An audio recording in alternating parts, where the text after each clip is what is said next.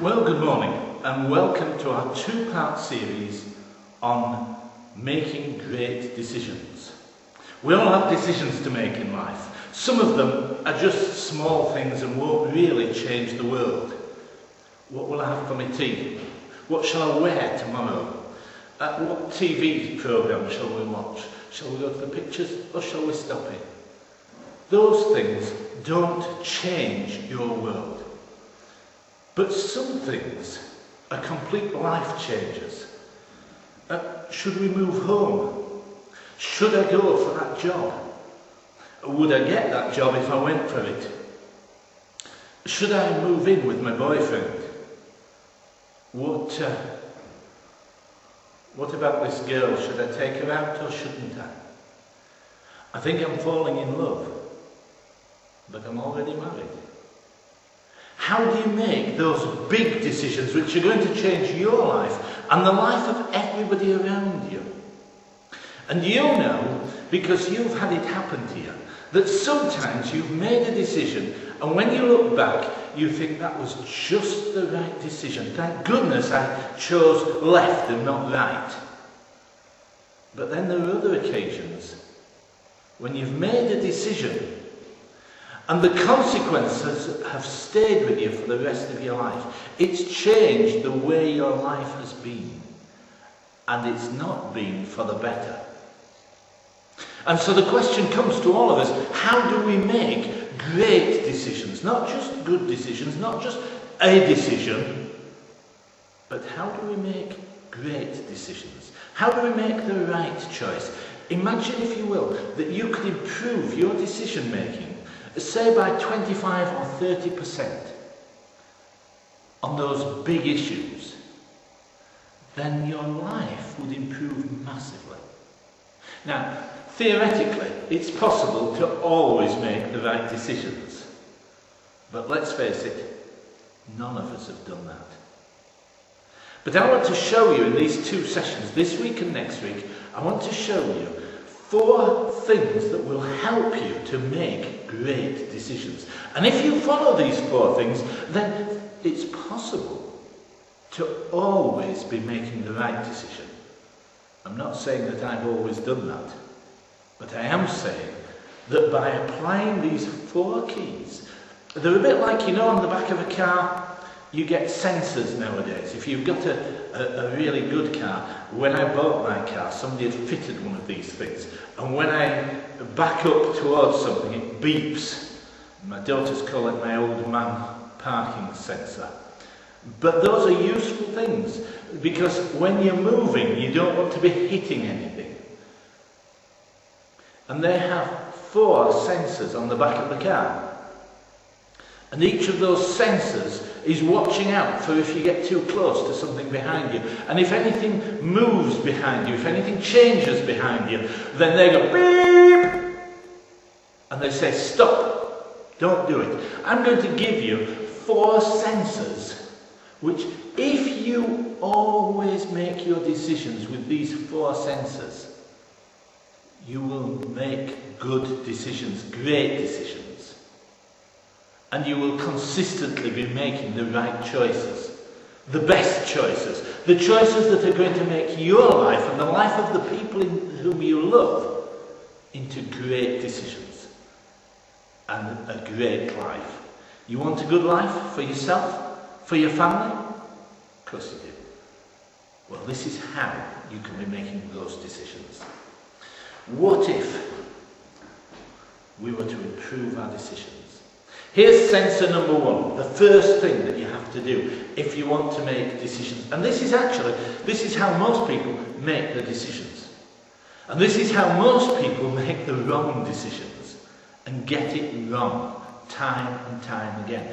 Because many people in our society today just use that inner feeling. This is sensor number 1. Does the inner feeling, does your gut feeling say, yes, do it? And many people will say to you, well, what do you think you should do? What do you want to do? What does your inner feeling say? Now, this is a good principle. It's a good thing to follow your inner instinct. The psychologists say that we have self-talk. That is, we talk to ourselves inside our heads. And there's nothing wrong with that. Don't think that this is anything strange. Everybody does it. You have a conversation. And it runs something like this. What shall I wear? Well, the blue's nice.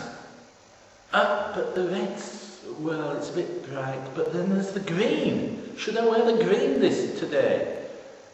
Now, Einstein got himself around this. He said he was supposed to always wear the same clothes every day. And he had several of those scruffy jackets, and several of those scruffy shirts, and several pairs of those scruffy trousers, so that when he got up on a morning, he didn't have to waste his time thinking about what he should wear.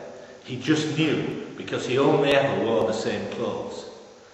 And it saved his mind, he said, for thinking about greater things. Well, you and I know Einstein, and that's one way to solve the thing. Never do anything different. But actually we need to do different things sometimes. And we have this conversation in our head that says, ooh, shall I do this or shall I do that? Harry Hill solves this problem every week. Every time you watch TV Burp, he'll tell you, I like this and I like that, but which one's better? There's only one way to find out. And then you get the advert break. And it's great fun. But how can you make those decisions? Your inner voice, you hear all the options, don't you? You see, you have three sources. According to what the Bible says, you have three sources. As Christians, we believe that we have three sources for that inner voice. We've got ourselves. We ourselves think of things and think, I like that. I'd really like to have that. That would be really nice. And the Bible says that can be a good thing. If we think of good things, Paul says, think on these lovely things, whatever is good, whatever is pure, whatever is lovely. If there's anything of good report, think of those things. If our mind's fixed on those things, then our self is a good guide. But for most of us, our self leads us the wrong way very often. Eve was in the garden, and the Bible says that she saw how beautiful the tree was, and how good its fruit would be to eat. And she thought how wonderful it would be to become wise. This is the fruit of the tree of knowledge of good and evil. God said to Eve and Adam, you can eat anything you want except the fruit of the tree of the knowledge of good and evil. Everything else you can have. And it'll be good for you. But you can't eat that. And Eve looks at it and thinks, that's herself thinking that. Now, Satan's prompted her, but she herself saw it and thought it would be good to eat. It would be nice to be wise. She'd got a choice. Do I eat this fruit or don't I? You and I have a choice. Shall I do this or shan't I? Well, I'd like to. It looks nice. I think it might be good, but you can't be sure if you're right or you're wrong. The second voice, the Bible says, is God's Spirit. God's Spirit comes to us and offers us His wisdom and His knowledge. And so God's Spirit is there, speaking to us. And then, of course, the Bible also tells us, and our experience confirms, that Satan comes. He wants to tempt us to do the wrong thing. It's always shown on TV and in the movies, like a little angel on one shoulder and a little demon on the other shoulder, white and red. Do this, do that.